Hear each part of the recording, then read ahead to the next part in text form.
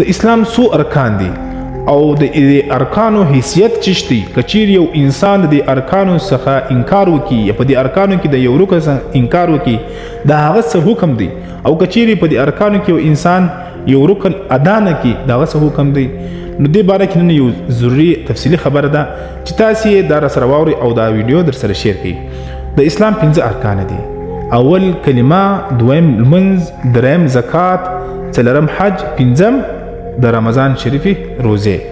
نو دا د اسلام 5 ارکان دي اسلام بشان د یو عمارت دی د یو بلډینګ دی چې هغه پر 5 پیلرو باندې ولاړ وي کچیر یو پیلر د دې بلډینګ څخه ختم سي ونړیږي نو دا عمارت پر خپل ځای باندې باقی نه پاتې کیږي دا هم سوکا سوکا پسنریږي او دا برایله سي اول خدا موږ وپیژنو چې دا هغه ضروري ارکان دي دا د مسلمان یو ډیوټي ده او زموږ د خلکو دا خیال دی چې کوم انسان روزه زکات حج دا کوي او هغه تر ټولو غټ بزرګ دی او هغه ولی دی نه دا خو یو ډیوټي ده پر مسلمان باندې لازمي ده چې کچیر څوک مسلمان ځان ته وایي هغه بل منځ هم کوي روزه به هم نیسي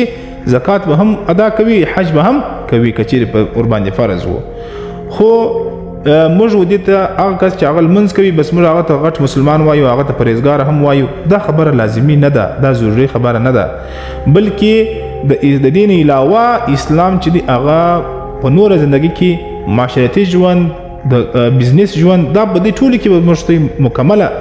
په دې کې موږ د اسلام باندې بعمل یو هغه وخت موږ ته متقي او پرهیزګار بلل کېږو چې موږ د الله څخه وویریږو د ګناو څخه ځان راوګرځوو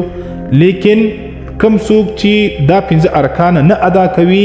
دا هغه اسلام نامکمل دی دا هغه اسلام نامکمل دی صرف په کلمه خو مسلمان